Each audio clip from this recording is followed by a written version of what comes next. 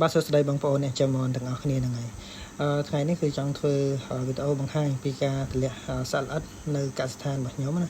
នៅកសិដ្ឋានរបស់ខ្ញុំគឺខ្ញុំតម្លាក់សត្វល្អិតពពួកក្រុមហ៊ុនលេវ៉ានេះគឺមានទម្ងន់10ក្រាមអញ្ចឹងក្នុងមួយកញ្ចប់10ក្រាមនេះការណែនាំរបស់ក្រុមហ៊ុនគេឲ្យណែនាំប្រើដល់50នៃគីឡូនៅទម្ងន់មាន់50គីឡូនៅទម្ងន់មាន់នេះខ្ញុំចង់បញ្ជាក់មិនមែន50គីឡូចំណីទេទម្ងន់មាន់រស់របស់យើងណាហើយចាក់ស្ដែងមិនតែខ្ញុំលាយតែ40គីឡូនៅទម្ងន់មាន់ទេហើយការលាយសម្រាប់មាន់សាច់ឬក៏មេបាគឺយើងធ្វើដូចគ្នាយើងកណនីចំនួនមាន់របស់យើងចំនួនប្រហែលទៅយើងដាក់លាយឲ្យចំណីស៊ីក៏បានលាយទឹកផឹកក៏បានដែរជាជំរឿរបស់បងប្អូនទាំងអស់គ្នានេះគិតថាវិធីមួយណាដែលងាយស្រួលសម្រាប់ការប្រើប្រាស់ណាសម្រាប់មេបាគឺខ្ញុំធ្វើរៀងរាល់2ខែទៅ3ខែម្ដងសម្រាប់មាន់សាច់គឺខ្ញុំធ្វើតែម្ដងទេហ្នឹងហើយអរគុណច្រើន